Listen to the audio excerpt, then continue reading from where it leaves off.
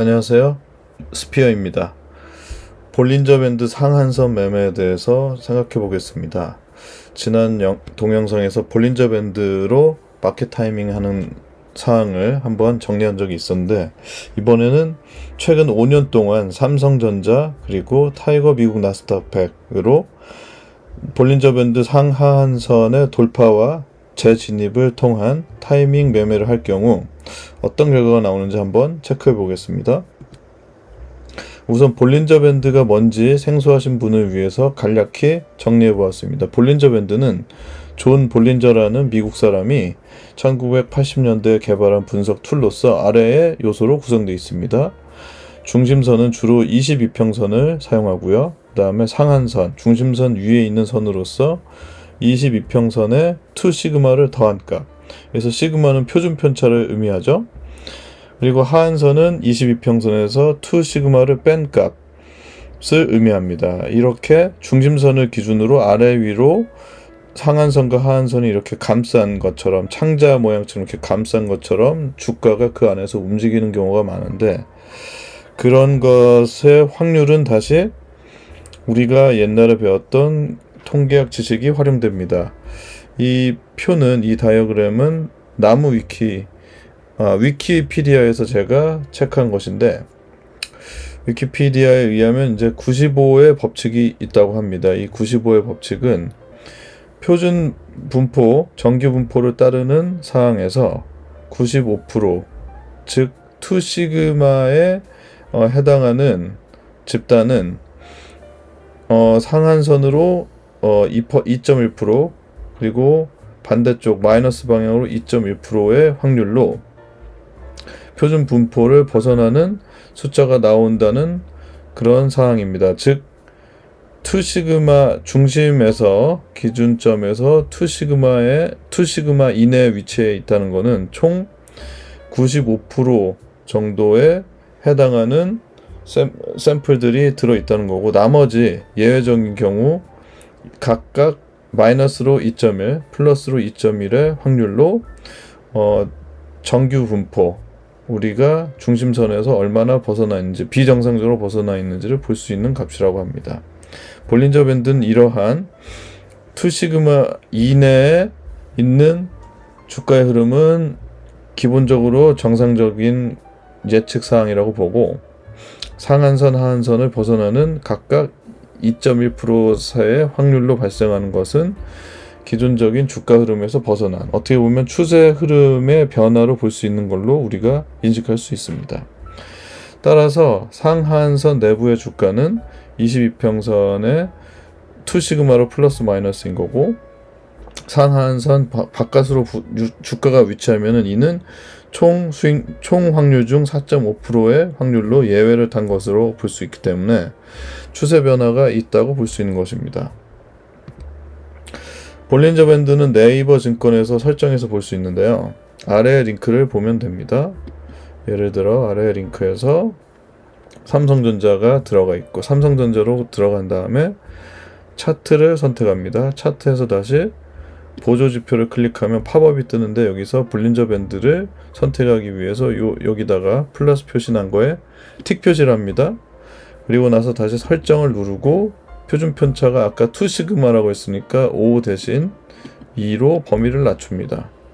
그리고 저장을 누르면 이렇게 상한선과 하한선이 2시그마로 표시된 거 볼 수 있는데, 볼린저 밴드는 이렇게 중심선 22평선 그리고 2시그마의 상한선과 하한선을 거느리고 있다는 걸 표시할 수 있습니다. 이때 우리가 보는 것은 일봉이 아닌 주봉이니까 주를 이렇게 누르면 되죠. 주봉에서 보여줄 수 있는 상한선과 하한선의 각 관계를 보고 시뮬레이션을 한번 만들어 본 것을 살펴보겠습니다. 삼성전자를 2017년 8월 중순에 사서 2022년 8월까지 현재 보유하고 있다면은 볼린저 밴드 상한선 하한선 매매를 통해서 5년 동안 249%의 누적 수익률을 올린 걸 볼 수 있습니다. 이것을 어떻게 볼 수 있냐면은, 그리고 만약에 삼성전자를 바이 앤 홀드 했다면은 저희가 2017년 8월 18일에 사서 2022년 8월 19일까지 보유할 때 주가가 29.85%가 올랐기 때문에 그냥 배당 수익을 제외한다면 현재 삼성전자 배당 수익은 2%대 초반이죠. 그러면은 그런 배당 수익 없이 프라이스 리턴, 가격 수익률로 약 30%의 플러스가 나온다는 걸 볼 수 있는데, 이런 걸 보면은 역시 매매가 들어가야 돈을 많이 벌 수 있다는 걸 알 수 있습니다. 타이거 나스닥 100도 마찬가지인데요. 타이거 나스닥 100 역시 2017년 8월에 29,450원으로 1,000만원어치를 샀는데, 그것이 22년 8월 19일 되면은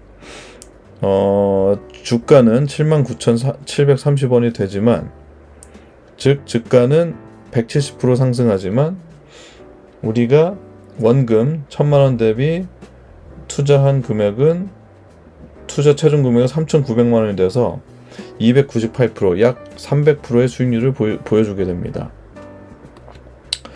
만약에 미국 나스닥 100을 바이앤홀드 했다면 어떻게 되냐면은 역시 주가가 170% 올랐으니까 당연히 바이앤홀드 하면은 배당 수익 제외한 가격 수익률로 170%가 오르는 걸 볼 수 있습니다. 여기서 구체적으로 어떤 식으로 매매를 했는지 보기 위해서 구글 시트를 열겠습니다.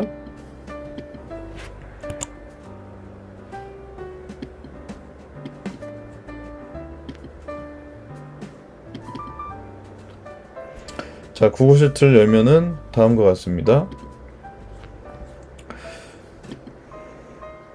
2017년 8월 18일에 우리가 46,900원으로 매수합니다. 투자 시점은 따로 정해진 게 아니기 때문에 언제든지 매수 대응을 하고 있다가 우리는 적절한 시점에 대응을 하겠습니다. 매수를 했는데 운 좋게 주식이 상승을 했습니다. 언제까지 상승을 했냐면은 2017년 11월 17일까지 상승을 했습니다. 2017년 11월 17일은 여기 표시된 음봉이 표시된 건데요. 볼린저 밴드 상한선을 타고 계속 추세를 타고 올라가다가 이번에 돌파를 실패하고 상한선을 유지를 못하고 들어왔습니다. 그것이 첫 번째 주에 그게 약간 아리까리했는데 두 번째 주에는 확인이 됐습니다. 이때 상한선을 타고 가다가 다시 볼린저 밴드로 들어가면은 추세가 꺾인 걸로, 추세가 종료된 걸로 보고 우리는 매도를 합니다. 그래서 이때 매도, 쉽게 표현하기 위해서 팜이라고 했습니다. 56,000원 정도를 매도한 걸로 했습니다. 여기 표시가 되죠. 그렇게 있다가, 자, 매도는 우리는 얼만큼 했냐면은 누적 매수량에서 약 80%만 매도를 했습니다. 주식은 한 20% 정도는 언제든지 보유하고 있어야 우리가 매수 매도 시점을 계속 찾을 수 있도록 관심을 가질 수 있기 때문입니다. 그렇게 11월에 80%를 매도하다가 다시 매수 순간이 옵니다. 그때는 언제냐면은 2018년 2월입니다. 2018년 2월의 차트를 보겠습니다. 2018년 2월은 제롬 파월 현 연준 의장이 최초로 임명이 된 때였죠. 2018년 2월이. 그때 연준 금리를 계속 올린다는 이슈로 안 좋았다가 시장에서 리스크 온이 되면서 2018년 2월 초에 급등이 났습니다. 이때가 언제냐면은 볼린저 밴드 하한선을 닫고 하한선에서 진입을 시작한 때가 됩니다. 이때는 하락 추세가 소멸한 걸로 보고 매수 대응을 해보았습니다. 2018년 2월 14일에 매수 가격은 한 46,500원 정도로 했습니다. 그랬더니 운 좋게 계속 오르다가 2018년 5월 액면 분할을 했던 때쯤이 역시 상한선에서 닫고 다시 들어가는 시점이 돼서 매도 대응하는 시그널을 그냥 따라줍니다. 52,000원에 역시 80% 매도하는 걸로 대응을 했죠.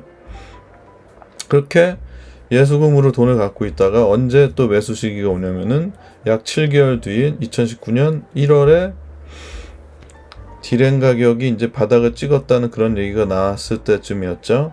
그때 우리는 매수 대응을 합니다. 왜냐면은 이렇게 볼린저 밴드 하한선을 찍고 무사히 볼린저 밴드 내부로 들어왔기 때문에 하락세가 종료됐다고 보는 것입니다. 물론 이때도 볼린저 밴드 하락선을 찍고 올라가는 것이 있는데, 무릇 대형주는 약 30%에서 40% 정도의 조정이 있을 수 있기 때문에 이렇게 원바닥, 투바닥, 쓰리바닥, 포바닥 정도까지 기다릴 수 있는 여유도 좀 필요합니다. 그래서 2019년 1월에 39,000원으로 매수 대응하고 나서 언제까지 보유를 하냐면은 약 2달 뒤인 2019년 2월 28일에 역시 이렇게 볼린저 밴드 상단을 맞고 다시 들어옵니다. 이때가 역시 단기 반등이 끝난 걸로 보고 매도 대응하다가 다시 언제 또 매수를 하냐면은 2019년 5월에 매수를 합니다. 이때가 언제냐면은 하한선을 딛고 다시 들어온 때죠. 이때 42,100원으로 매수를 한 다음에 또 언제까지 보유를 하냐면은 무려 2020년 1월까지 보유를 합니다. 이때가 제가 요것도 좋지만 이건 그냥 사후 약방문 차트이긴 하지만 수익률 극대화를 위해서 한번 해봤습니다. 굉장히 추세가 오랫동안 이어진 추세, 그러니까 2019년 5월부터 이어진 추세라서 그냥 확인하지 않고 음봉으로 볼린저 밴드 상한을 돌파해서 들어온 걸로 보고 매도 한번 해보았습니다. 2020년 1월에 80%의 보유 수량 중에서 80%를 매도해서 수익을 챙기면은 무려 예수금이 2,800만 원이나 됩니다. 왜냐면은 주가가 거의 80% 이상 올랐기 때문이죠. 이렇게 있다가 팔고 있다가 운 좋게 이렇게 그냥 추세 상승세가 꺾여서 판 것뿐인데 코로나가 왔습니다. 코로나가 왔다가 코로나 충격이 왔다가 각국의 중앙은행들이 돈 풀기에 나서니까 다시 삼성전자가 하한선을 딛고 볼린저 밴드 내부로 무사히 안착을 합니다. 그때가 언제냐면은 2020년 3월 27일입니다. 이때 46,800원 정도의 가격으로 매수를 합니다. 이렇게요. 아시다시피 이때부터 급등을 했습니다. 언제까지 급등을 했냐면은 2021년 1월 초까지 급등을 했죠. 한 9만 원이 넘고 10만 전자까지 넘어왔고 2021년 1월은 삼성전자가 파운드리 산업에서도 TSMC를 충분히 따라잡을 수 있다는 시장의 기대까지 형성됐기 때문에 엄청 급등을 했던 시점이었죠. 하지만 볼린저 밴드는 얘기합니다. 파운드리도 좋지만 상승 추세는 일단 끝났으니까 일단 매도하고 보자는 시그널을 보내주죠.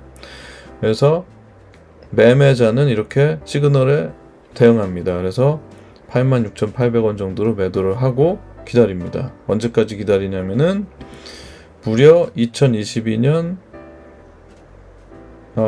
7월까지 기다립니다. 여기 오타가 있나요? 2021년 1월인데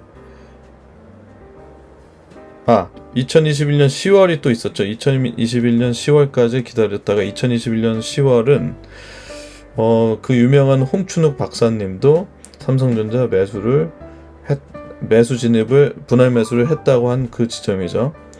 묘하게도 볼린저 밴드는 이때 진입 시점을 보여줬습니다. 그래서 7만원에 매수를 했다고 했다가 22년 1월 초에 또 단기 고점을 맞이합니다. 그래서 볼린저 밴드 상한선을 맞고 들어온 요 시점 78,000원, 79,000원 시점에 매도하는 걸로 합니다. 7만원 초에 사서 78,000원에 샀으니까 한 12% 정도 벌었네요. 마지막으로 이렇게 매도한 상태에서 2022년 1월에 매도한 상태에서 또 언제가 매수 시녀가 오냐면은 정말 신기하게도 2022년 7월에 하한선을 닫고 안정적으로 진입하는 시점이 옵니다. 그래서 볼린저 밴드 하한선을 돌파해서 볼린저 내부로 안착하는 시점은 하락세가 충분히 반영되고 끝났다고 볼 수 있는 때라서 물론 이런 데서 분할 매수를 할 수 있습니다. 하지만 여기선 백테스트의 간단화를 위해서 이때 예수금 가능액을 거의 매수한 걸로 보겠습니다. 그래서 58,000원을 매수를 하고 현재는 얼마냐면은 6만원 정도 되죠. 그래서 약간 한 12, 3%의 수익률을 내고 있는 상태인데 이렇게 사고팔고를 계속했더니 천만 원으로 5년 전에 1,000만 원으로 시작한 삼성전자 투자가 3,700만 원이 되었고요. 이것을 수익률로 환산하면 279%가 됩니다. 이를 역시 연간 수익률로 환산하면 무려 30%나 됩니다. 이 매매의 매매의 강력함을 보여주는 거죠. 만약에 삼성전자를 우리가 바이앤홀드 했다면은 1,000만 원이 지금 1,298만 원이 됐을 겁니다. 왜냐면 주가가 46,900원에서 6만 원으로 29%밖에 못 올랐기 때문입니다. 이를 연 환산 수익률로 하면은 약 5%밖에 안 됩니다. 코스피의 20년 연 환산 수익률이 5%니까 역시 삼성전자는 코스피고 코스피는 삼성전자라고 해도 과언이 아닌 것 같습니다. 이번 동영상은 좀 길었는데요. 구글시트를 통해서 차트를 삽입하고 그리고 차트에 따른 누적 수익률, 매매 수익률을 계산하는 사항이 이렇게 되어 있습니다. 이 구글시트는 공유를 유튜브에 이제 할 테니까 필요하신 분들은 복사하셔서 활용하셔도 좋습니다. 긴 시간 경청해 주셔서 감사합니다.